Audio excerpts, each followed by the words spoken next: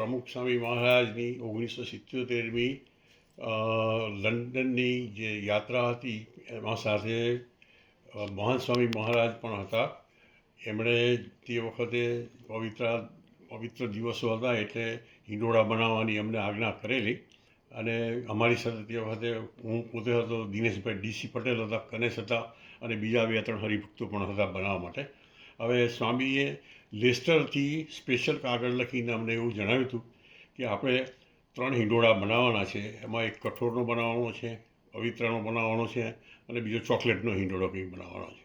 હવે એ પ્રમાણેની જે લેખિત ઇન્સ્ટ્રક્શન મને આપી હતી, મારા ઉપર એ લેટર આવ્યો હતો, એટલે સ્વામીએ કહ્યું હતું કે બધી વસ્તુઓ તૈયાર રાખી, તમારે જે કઠોળનો હિંડોળો બનાવવાનો છે એ તૈયાર રાખજો પેનલ ઉપર, પણ એને ઉપર ચઢાવતા નહીં.